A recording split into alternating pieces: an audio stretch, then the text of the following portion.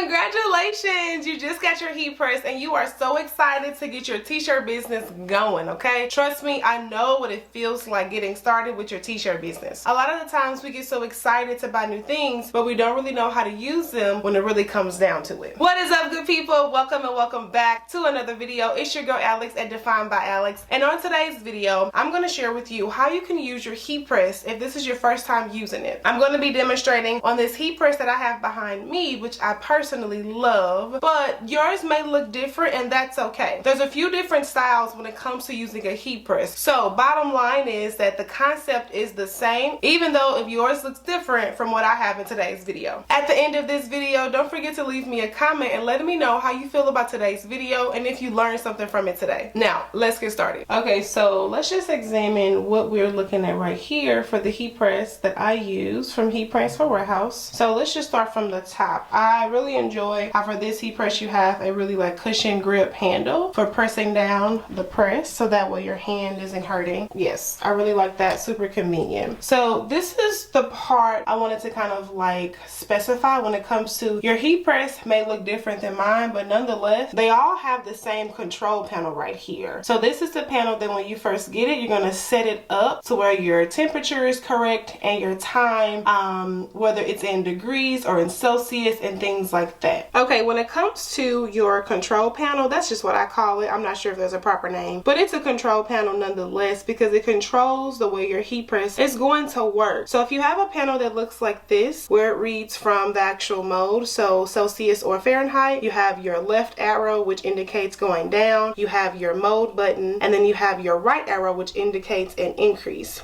and then you have your power button. Okay, so when it comes to turning this on, there's a switch in the back. I'm sorry if you guys can see that. Hold on. So that switch back there is how you turn this particular press on, and then you select your power button. Now this part is going to be important too when it comes to using your press. So let me go ahead and turn this on, and I can pretty much show you how to adjust your settings.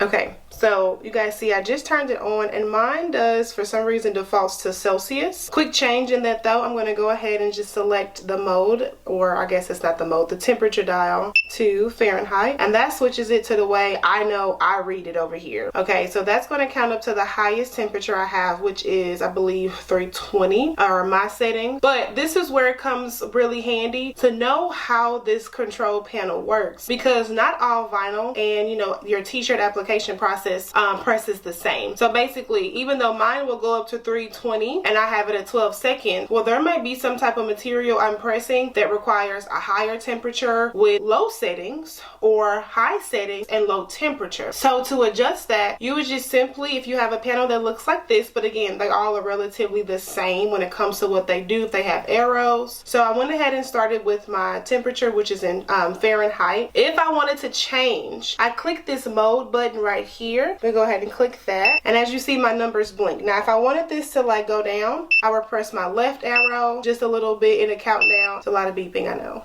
but as you guys get my gist. And then I can go up, and I'm gonna just press the right button too, and then I press mode again to get it to stop. So then once I get it to stop, it's going to flash for the seconds. If you don't want to change your seconds, maybe, I don't know if the heat press will default in a setting per se, but let's just say that vinyl typically presses for 13 seconds. You can just click your mode, click it to where your seconds and your time is flashing, and then you're going to press an increase right here to go up to 13. Not sure why it's doing that, sorry, but it goes up to 13, and then you press mode again, and your settings are counting. So now my heat is gonna be changing here soon, but even if I want to change it again, I hit this mode button, and then I know I wanted to take it back down to 320, so I'm gonna hold it down. I'm sorry it's beeping, you guys, as I'm talking, but I'm just trying to help you understand.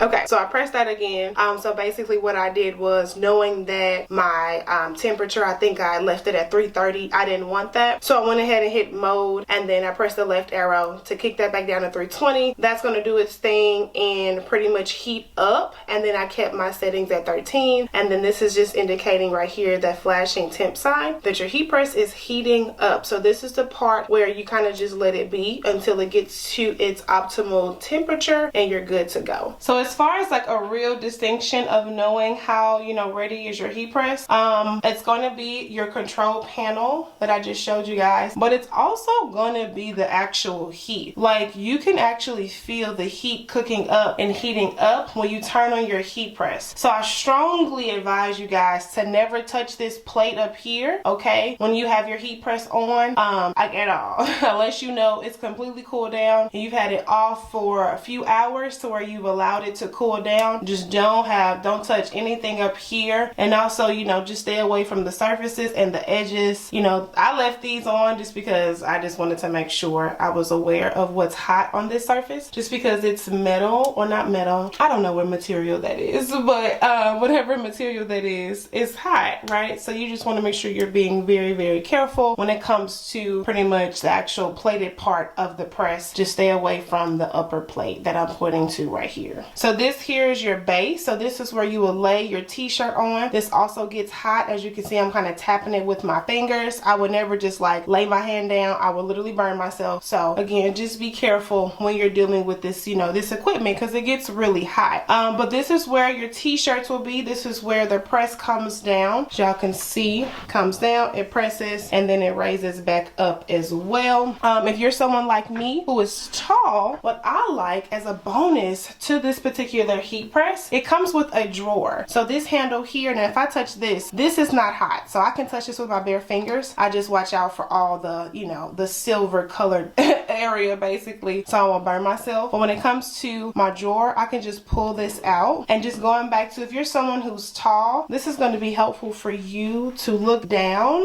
like that and pretty much see how your shirt is going to look, if it's going to be symmetrical, things like that. So I always use the drawer. I'm sorry you guys, the camera is just focusing right now, but this is pretty much it when it comes to operating this heat press. The most important takeaways I wanted you guys to note is how to pretty much set your panel that's back there, the control panel, and what to, you know, note as far as knowing what not to touch, what to touch when it comes to the actual base of the heat press, because this does get very, very, very, very hot. And I have accidentally burnt myself just moving too fast, and y'all, I was hurt. Okay, so just please be careful when you're operating your heat press, of course, at all times. All right, friends, so that is how you pretty much operate and get started with using your heat press in your home. I really wanted to make sure that you had a good understanding with getting started, because again, a lot of the times we want to get started with something, but then it's the how am I going to do this? How does this work? I'm not sure. I just wanted to bridge the gap so that way you know what you're doing when you get your heat press. So that concludes today's videos, my friend. Thank you guys so much for watching. If you guys like this video, comment down below. Let me know what you think. Let me know if you're interested in the particular heat press that I demonstrated for you today. But as always, don't forget to drink your water, mind your business, and always choose yourself first. And I'll be back in my next video. Bye, y'all.